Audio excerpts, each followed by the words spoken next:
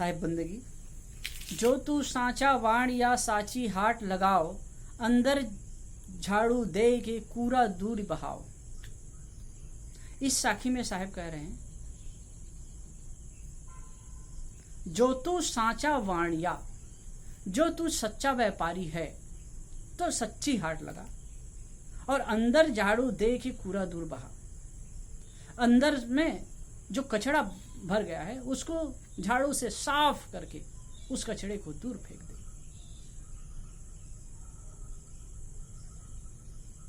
जो सच्चा व्यापारी होता है, अच्छा व्यापारी होता है, व्यवस्थित होता है, उसका क्या काम होता है? पहले तो आता है, दुकान खोलता है, साफ सुफ करता है और कचरा को दूर फेंक देता है, एकदम क्लीन करता है, अप टू डेट कर लेता है। और वास्तव में जो अपने आप में अप टू डेट होता है ना, वो जो दुकान मकान जहां कहीं भी रहता है उसको अप टू डेट रखता है।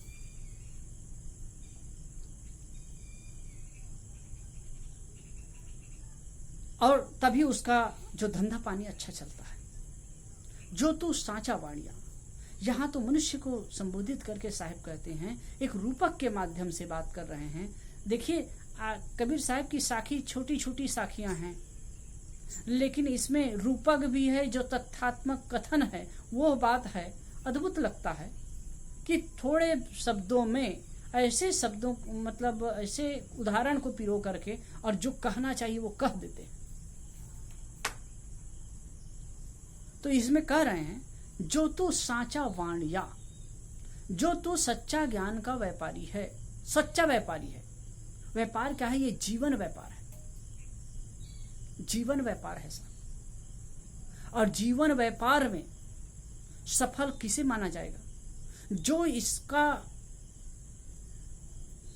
जीवन में अंतिम तक जो प्रसन्न है, खुश है। जीवन की सफलता किसमें? जैसे कोई व्यापारी व्यापार करे, 1 लाख रुपया लेकर के व्यापार शुरू करता है और शुरू किया और उसका व्यापार कुछ दिन में आधे का हो गया, 50,000 का हो गया, धीरे धीरे 25,000 का हो गया, वो 10,000 हुआ, एकदम घाटे पर हो गया, तो वो व्यापार सफल नहीं माना जाएगा, वो व्यापार ही नहीं है। व्यापार सफल तब माना जाएगा जैसे लाख रुपया लेकर के व्यापार शुरू किया और धीरे धीरे धीरे करके उसमें बढ़ोतरी हो, मूलधन तो बना रहे और धीरे धीरे कमाई भी बढ़ती रहे, तो वो व्यापार सफल माना जाएगा। ऐसे ही हमारा जीवन भी व्यापार है।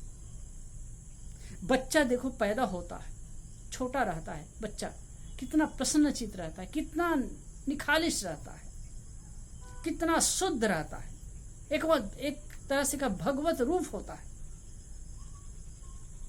फिर धीरे धीरे राग द्वेष घृणा मद मत्सर वासना नाना प्रकार के विकारों से ग्रस्त होता जाता है।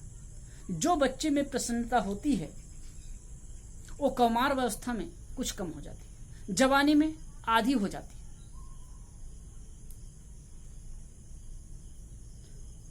प्रौढ़ अवस्था में और कम हो जाती है, और बुढ़ापा में तो एकदम ना के बराबर हो जाती है। किसी भी बुढ़ापे में जो व्यक्ति है, बूढ़ा व्यक्ति है, उसे जाकर के पूछिए कि आप जीवन व्यापार में सफल हैं कि नहीं।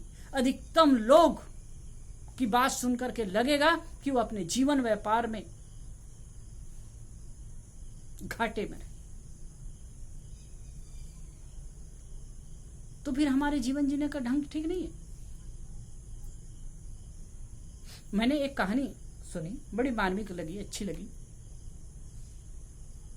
एक महात्मा जी अपना वक्तव्य दे रहे थे, बड़े प्रसिद्ध महात्मा थे, और वो लोगों की चेहरा पढ़ करके उनके भविष्य के बारे में बता सकते थे, उनके जीवन के बारे में बता सकते थे, भूत और भविष्य दोनों बता सकते थे, भूत भविष्य वर्तमान सबकी बात बता सकते थे।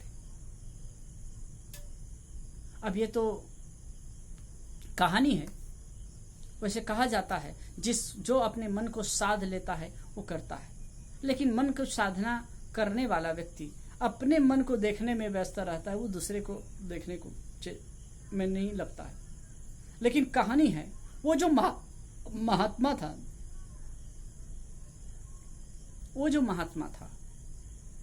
वो लोगों के चेहरे को देख करके उसको भूत भविष्य और वर्तमान बता देता था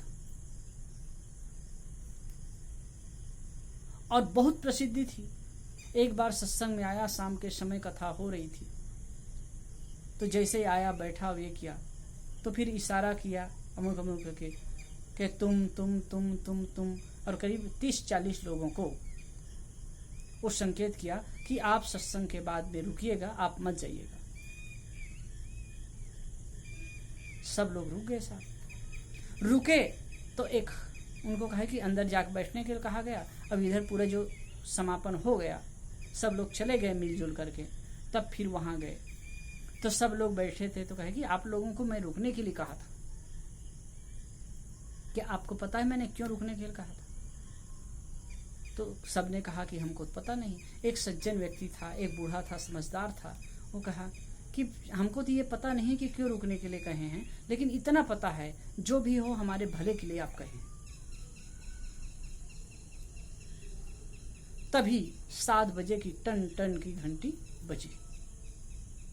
7 बार घंटी बजी तो महात्मा जी ने कहा कि आप सबको देख करके आप तो जानते हैं कि मैं जो हूं लोगों का भविष्य बता सकता हूं, इस पर आप सब पर विश्वास भी है।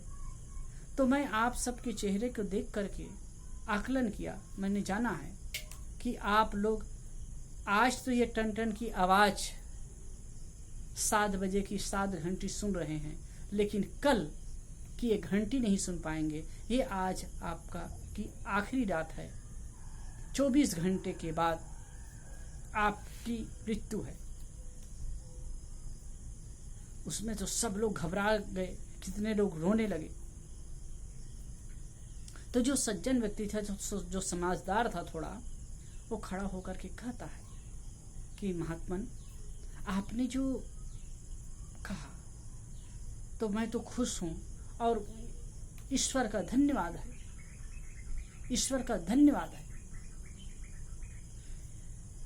लोग तो खड़े खड़े मर जाते हैं, बैठे हैं वैसे मर जाते हैं, अचानक मृत्यु हो जाती है, लेकिन हमारे पास में 24 घंटे का समय है, हम इसमें कुछ कर सकते हैं अपने लिए। महात्मा ने भी कहा कि जाओ, जो तुम अच्छा कर सकते हो करो। सब लोग कहने लगे कि मैं, कोई ने तो कहा, किसी ने कहा तो मैं घर में जाकर के अपने परिवार के लिए व्यवस्था कर दूंगा ताकि मेरे मरने के पश्चात उनको परेशानी ना हो। किसी ने कहा किसी के साथ मेरा द्वेष हुआ है, मैं उससे क्षमा मांग लूंगा। कोई तो वही बैठे बैठे क्षमा भाव की भावना करने लगा। कोई कहे सबके साथ में हम अच्छा भावना करेंगे। सब अपनी अपनी बात करने लगे। कोई कहता है कि मैं किसी के साथ में ईर्ष्या करता था, द्वेष करता था, मैं उसके लिए क्षमा मांगता हूँ। क्रोध में करता था, किसी के साथ में मैंने गलत किया था, मैं दिल से क्षमा मांगता हूँ। सब प्रकार से अपनी अपनी बात लोग करने लगे। समय हुआ, सब चले गए। उन्होंने कहा कि जाओ, चले जाओ। लेकिन महात्मा ने कहा कि ठीक है, जाना और जो तुमसे अच्छा हो सके वह काम करना, जिससे तुम्हारा अगला भव अच्छा हो सके। और जब 7 बजने की 15-20 मिनट पहले यहां आ जाना, 7 बजने के 10-15 मिनट पहले आप लोग यहां आ जाइएगा, ताकि अंतिम समय में कुछ भजन भक्ति भजन में लीन होकर के अपना और कुछ किया जा सके, ताकि आपको स्वर्ग मिल सके, आपकी स्थिति अच्छी हो सके। सब लोग चले गए साहब। सब लोग गए और जा करके सब अपने अपने ढंग से अच्छा करने की कोशिश करने लगे। एक तो था अपने परिवार की व्यवस्था के लिए सब उस वसीयतनामा लिख दिया और कहे कि मेरे बाद इनको कोई अड़चन ना हो। कोई किसी के साथ झगड़ा हो गया था, उनके पास जाकर के क्षमा मांगा, किसी को बुला लिया, उसको क्षमा मांगा, किसी के साथ प्रति द्वेष भाव था उसको दूर किया।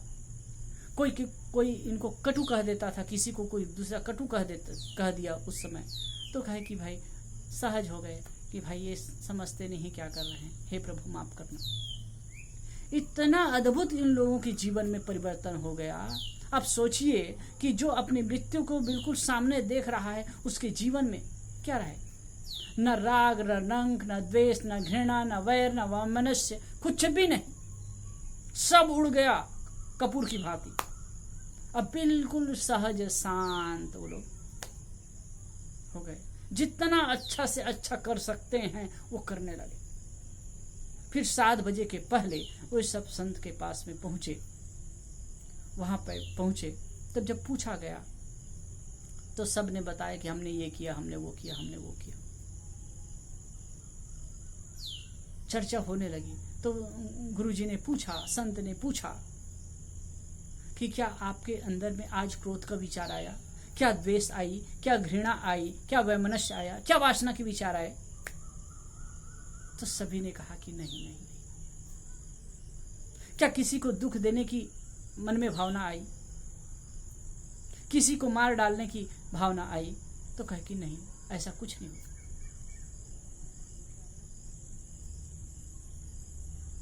फिर ऐसे करते करते समय हो चुका था, 5-7 मिनट बाकी था। तो इसी बीच में कहे कि गुरुजी अब भजन किया जाए ताकि हमारा जो अगला भाव अच्छा हो सके, हमें स्वर्ग मिल सके। तो गुरुजी ने कहा कि ठीक है, सब लोग आंख बंद कर लीजिए और भजन शुरू किया गया।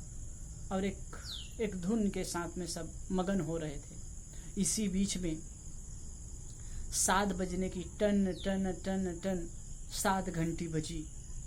तो लोग देखते हैं कि 7 घंटी बज गई और हम मरे नहीं। कल तो कहे थे गुरुजी कि 7 घंटी, ये जो घंटी है वो आप सुन नहीं पाओगे, टन टन की आवाज सुन नहीं पाओगे, लेकिन हम मरे नहीं। बहुत खुश हो गए सब। तो कि गुरुजी की बात झूठी कैसे हो सकती है? गुरुजी सत्य कहते हैं। तो उन्होंने कहा कि गुरुजी ये क्या हो गया? तो गुरुजी ने कहा कि तुम्हारे एक कुंडली के हिसाब से, तुम्हारे जीवन के हिसाब से प्रारब्ध तो पूरा हो गया था, तुम्हारा काम पूरा हो गया था, तुम सबको मरना ही था। लेकिन जो तुमने इस 24 घंटे में जो पवित्र भावपूर्वक कर्म किए, इससे तुम्हारे जीवन की अवधि बढ़ गई। कितनी बड़ी बात। इसके वजह से तुम्हारी जीवन की अवधि बढ़ गई और तुम्हें एक और मौका मिला। अब सोचो तुम्हें कैसे जीवन जीना है।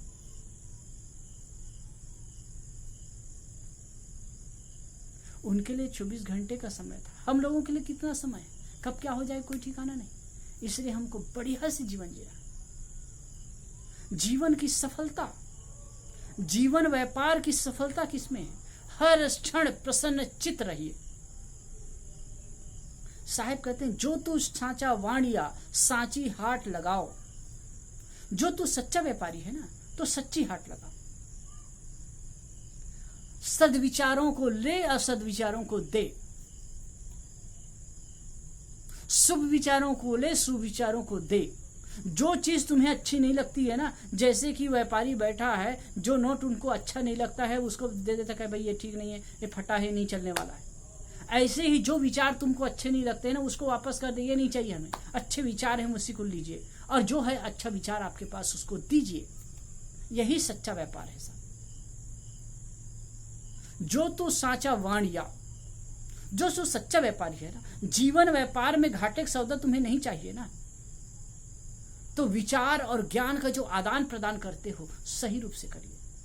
लोगों के साथ जो व्यवहार होता है, व्यवहार भी व्यापार ही है, तो ये व्यवहार अच्छा होना चाहिए। और जैसा व्यवहार तुम करोगे, अच्छा व्यवहार करो, अच्छा व्यवहार लो। कोई अगर तुम्हारे प्रति कटु कहता है, तुम्हारे प्रति गलत भावना रखता है, तो उसका नेग्लेक्ट कर दे, लेट गो कर दो। नहीं चाहिए मुझे। जैसे फटी नोट नहीं चाहिए ना, तो इसी प्रकार से फटे विचार नहीं चाहिए, काट दो।